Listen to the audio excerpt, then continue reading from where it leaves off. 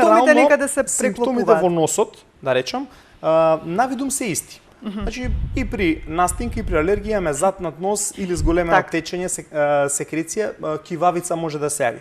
Меѓутоа, ако е настинка, од старт од првите 2-3 дена, да речеме, белузлав секретот.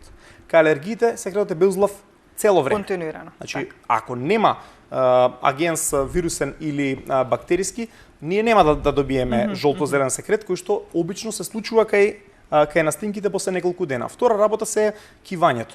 Кивањето при настинка е вообичаено, меѓутоа обично е тоа се сведува на еднаш или два пати. При алергии ние може да имаме цели велиме салви од кивање. 3, 4, 5, 6 пати не може да се прекинеме. Ние велиме на здравје, ама не може да завршиме со тоа. Така да тоа се некои елементи. Дали ќе има температура или не зависи и од други процеси. Генерално при алергија температура Нема. Нема. Меѓутоа ако се Настика може да има, скомплицира ама не мора. нешто, да. Меѓутоа обично и она што е проблем кога ние имаме хронични појави на алергии, односно на воспаление од тој тип, поготово во респираторниот дел или она што е сега актуелно, ајде, сезонски алергиски ринит. Така. Често пати ќе се налепи велиме на тоа и нешто друго во процесот. Ќе се искомплицира работава и со некоја бактерија или поради пад на имунитетот ќе се реактивира нешто и тогаш имаме комбинирана болест.